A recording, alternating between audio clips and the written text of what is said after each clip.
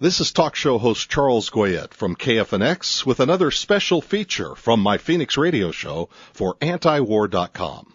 Gee, it's almost been a year since we last talked to Vincent Bugliosi. Good morning, Charles Goyette, and this is KFNX News Talk Radio 1100. You know who he is. He's the renowned prosecutor. He's the New York Times bestselling author. He's Vincent Bugliosi, and he has a new book out that I would like to call to your attention. The Prosecution of George W. Bush for Murder. Mr. Bugliosi, good morning. Thank you for being on our show today. Well, happy to be on the show, Charles. I've been on your show before, and I'm honored to be back on the show. It's a great honor, and it's a great book, by the way. We've been absorbed with the Scott McClellan story for the last couple of days here on the show. I guess he goes on the witness list. Yeah, McClellan, I want to distinguish my book from his. I'm sure he has a good book, but he said that Iraq was, quote, a serious strategic blunder, unquote. Now, he and I couldn't be further apart. A blunder, Charles, is a mistake, and mistakes, by definition, are innocent and not criminal. My position is that Bush is guilty of murder, not a mistake. So he and I are talking about two completely different things. Obviously, Charles, my book is, and I've had many best-selling books, but this is the most explosive book of my career. Indeed it is. Putting George Bush on trial for murder in an American courtroom. The evidence in this case is, and I underline the word evidence because my whole life as a prosecutor and a true crime writer only deals with evidence. The evidence in this case is overwhelming that George Bush knowingly and deliberately took this nation to war under false pretenses, and therefore, under the law, he is guilty of murder for the deaths of over 4,000 young American soldiers who have died so far in his war in Iraq.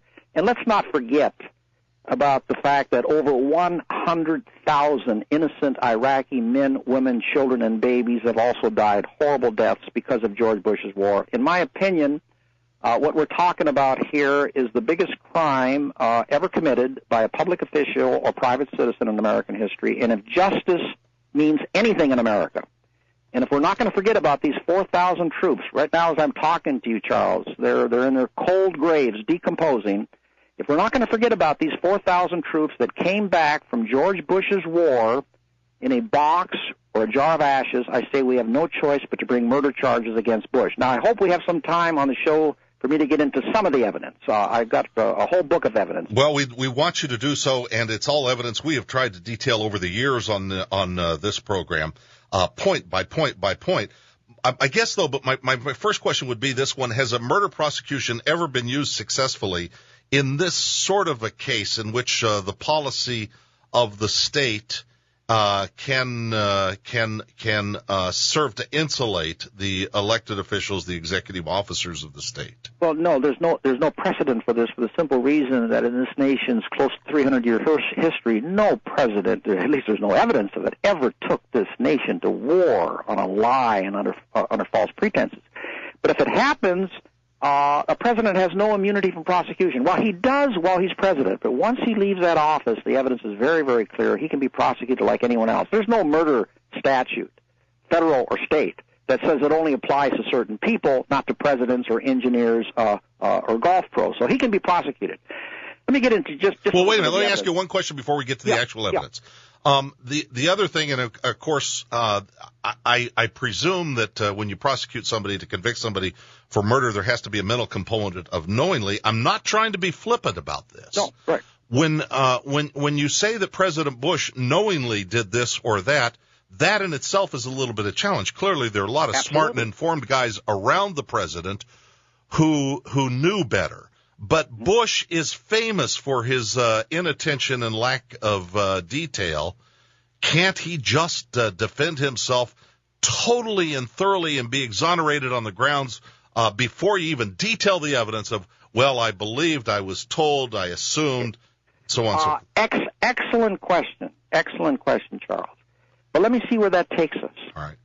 Where that takes us, then, is that Condoleezza Rice, well, you know, we're jumping ahead because I want to give you the evidence, and then we'll see if we can put it on Condoleezza Rice. All right. Here's the evidence, and I want to come back to your question because that's a very perceptive question that you asked. In George Bush's first speech to the nation on Hussein in Iraq, October 7th, Cincinnati, Ohio, 2002, he told the nation that Hussein was a great danger to our nation, either by Hussein attacking us with weapons of mass destruction or giving these weapons to a terrorist group to do so. He said that this attack could happen, quote, on any given day, unquote, meaning the threat was imminent.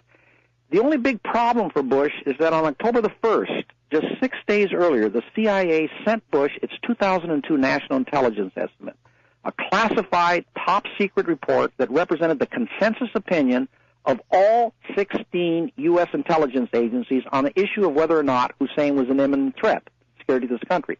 Page 8 of the report clearly and unequivocally says, and by the way, Charles, what I'm about to tell you, to my knowledge, has never appeared in any major newspaper or magazine in America. Why, I don't know. Page 8 says clearly and unequivocally that Hussein was not an imminent threat to the security of this country, that he would only be a threat to us if he feared that America was about to attack him.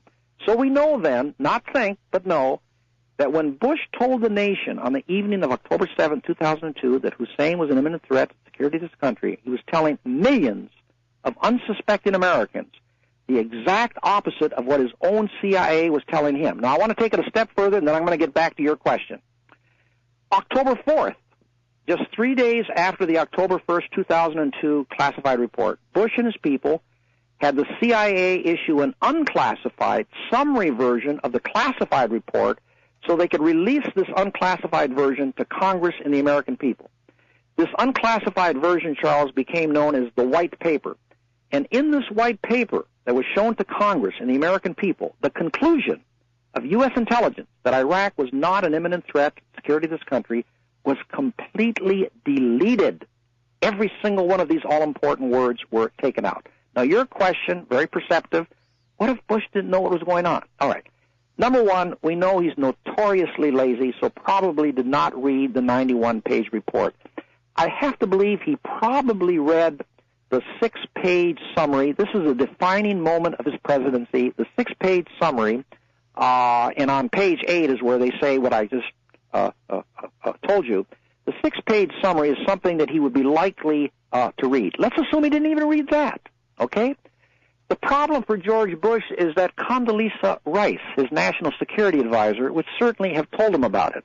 And Condoleezza Rice has said that she read that 2002 National Intelligence estimate cover to cover a couple times.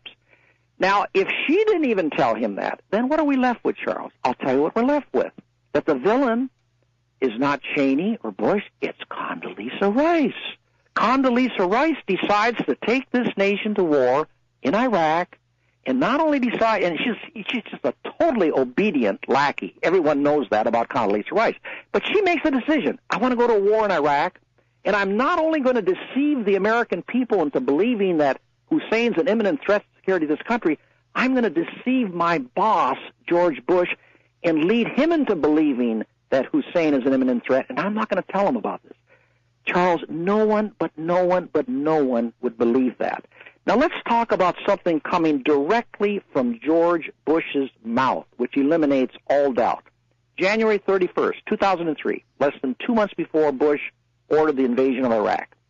Bush and British Prime Minister Tony Blair, Charles, met in the Oval Office with 6 of their top aides, including Blair's chief foreign policy advisor, David Manning. After the meeting, Manning prepared a 5-page memo stamped, quote, extremely sensitive, unquote, summarizing what was said at the meeting. And he wrote that Bush and Blair, now we're talking about coming from Bush's own mouth, Bush and Blair expressed their doubts that any weapons of mass destruction would ever be found in Iraq, and it gets much worse, Charles. Manning writes that Bush was so worried about the failure of the UN inspectors to find weapons of mass destruction in Iraq that he talked about 3 possible ways, Manning wrote, to, quote, provoke a confrontation with Hussein, one of which, Bush said, was to, quote, fly U-2 aircraft over Iraq, falsely painted in United Nations colors, and if Hussein fired on them, Bush said, he would be in violation of UN resolutions, and that would justify war. It was the most critical meeting in the tense weeks before the Iraq War. Face-to-face talks in the White House between President Bush and Tony Blair, along with their most senior officials. Channel 4 News has seen a secret memo which details that discussion between the two leaders.